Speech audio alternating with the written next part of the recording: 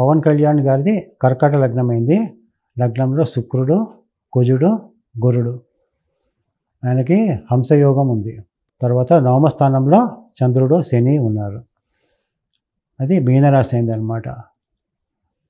అయితే లగ్నంలో శుక్రుడు ఉండడం వల్ల ఏంటంటే ఆయనకి తల్లిదండ్రులతో అటాచ్మెంట్ ఎక్కువ అని మనకు తెలుస్తుంది. నవమ స్థానంలో చంద్రుడు ఉండడం వల్ల కొంత దైవభక్తి ఉంటుంది.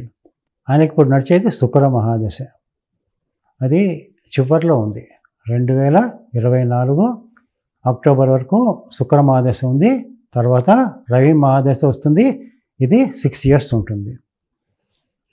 ఆయనది మీనరాశి అయింది కాబట్టి ఏలినాటి శని బలంగా ఉంది. మే 1వ తారీఖు నుంచి ఆయనకి గురుబలం పోతుంది, ఉండదు. ఏలినాటి శని బలంగా ఉంది కాబట్టి ఏంటంటే 2024 ఎన్నికల్లో ఆయనకి ఏ పదవి వచ్చే అవకాశము లేదనే చెప్పాలి. 2024 సెప్టెంబర్ నుంచి ఒక 6 ఏళ్ల పాటు ఆయనకి రవి మహాదశ ఉంటుంది. ఈ రవి మహాదశలో ఏంటంటే ఆయనకి కుటుంబ విషయంలోనూ, డబ్బు విషయంలోనూ గందరగోళము, పెద్ద మార్పులు సంభవించడంలోనూ, కుటుంబ విషయంలో అశాంతి ఇలాంటివి ఉంటాయన్నమాట. ఆయన కొంచెం మాట తప్పడము, లేకపోతే అబద్ధాలు చెప్పవలసి రావడము ఇట్లాంటివి ఉంటాయి.